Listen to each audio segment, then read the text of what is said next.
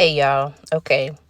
YouTube be having me feel like I can do anything. So here I am doing anything. And before y'all start talking about me, let me just say, I know my nails are messed up. I know the kids are in the background destroying the house. And I know I clearly don't know what I'm doing. But that's why the title is what it is, okay? So let's just start off by saying I called myself washing Dion's hair. But as you will see later on in the video, I did not do a good job.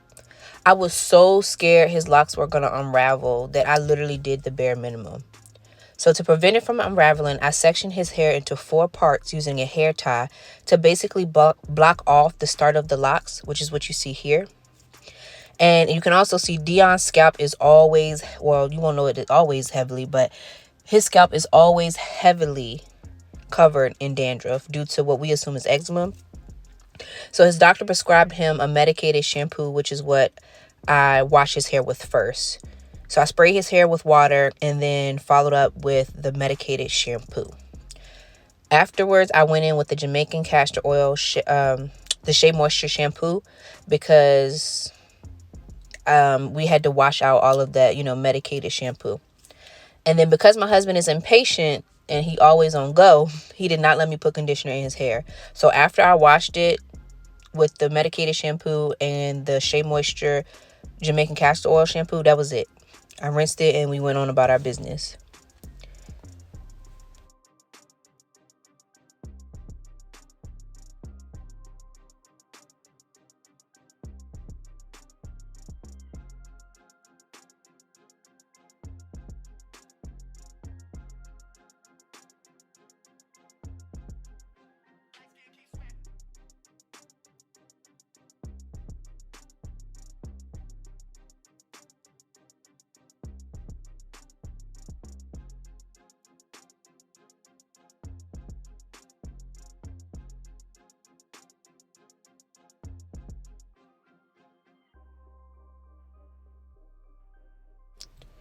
Okay, so now for the retwist, I sectioned off each lock, parting where it needed to be,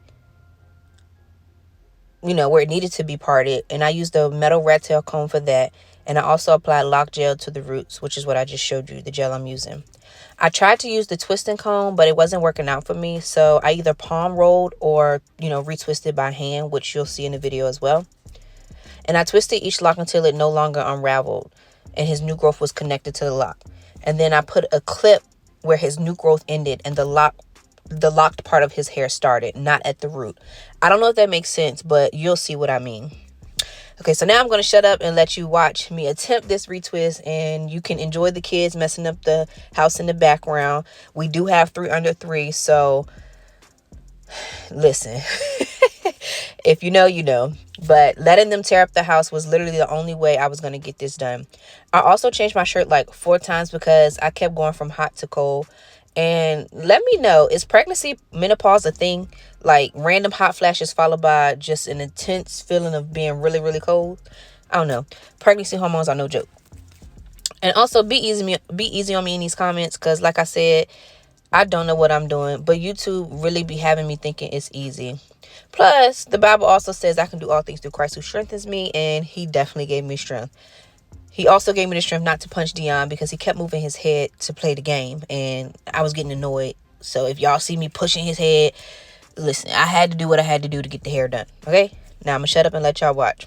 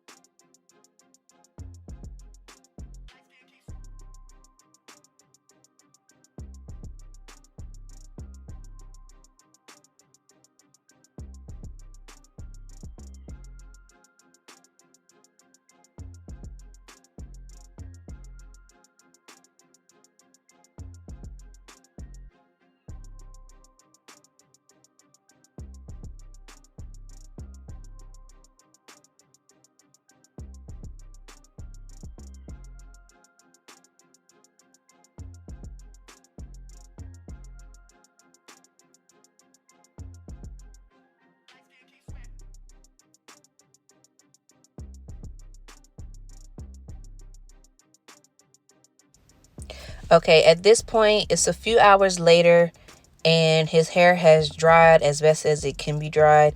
Dion is not the type of person to sit still, like I said earlier in the video. So we had to just let it, dry, air dry. We had to let it air dry. So, I didn't run a blow dryer over it or anything like that. I literally just let him, just do what he do. And so here I'm just taking out all the clips. Now, as far as styling goes, I have watched so many videos on barrel twist, and everything I learned went out the window. What I learned is that if you retwist to the right, your barrel twist should start towards the left, and you want to go under each lock that you collect, alternating from left to right. If it doesn't make sense, I do not know what to tell you because I didn't do it right. But this is what we ended up with. Y'all saw my caveman at the beginning of this video and in the thumbnail, and I think I did a decent enough job to get him to look decent to go to work. If you have any tips, let me know in the comments. We saved some coins, even though that wasn't the goal. Our stylist be booked and busy, so we had to do what he do. There are so many Bible stories of people who were used by God, but they also didn't think they were capable. They didn't think they had what it took. All God asks us is for our willingness, our surrender, our yes. God has equipped us with everything we need to fulfill his call on our life. As with my last voiceover, if you feel like you can't do because you feel like you don't have what it takes, the resources, whatever, I'll leave you with this. Exodus 4:1-5 declares, Moses objected. They won't trust me. They won't listen to a word I say. They're going to say, God appeared to him? Hardly. So God said, what's that in your hand? A staff. Throw it on the ground. He threw it. It became a snake. Moses jumped back fast. God said to Moses, reach out and grab it by the tail. He reached out and grabbed it, and he was holding his staff again. That's so they will trust that God appeared to you, the God of their fathers, the God of Abraham, the God of Isaac, and the God of Jacob. Moses, by the grace and power of God, used a simple stick, which we see in Exodus 4, to later part the Red Sea in Exodus 14, 15, and 16. I ask you, what's in your hand? What do you have that may seem worthless or small that will allow you to fulfill your purpose in life and that God can use to get the glory? Thank you for watching.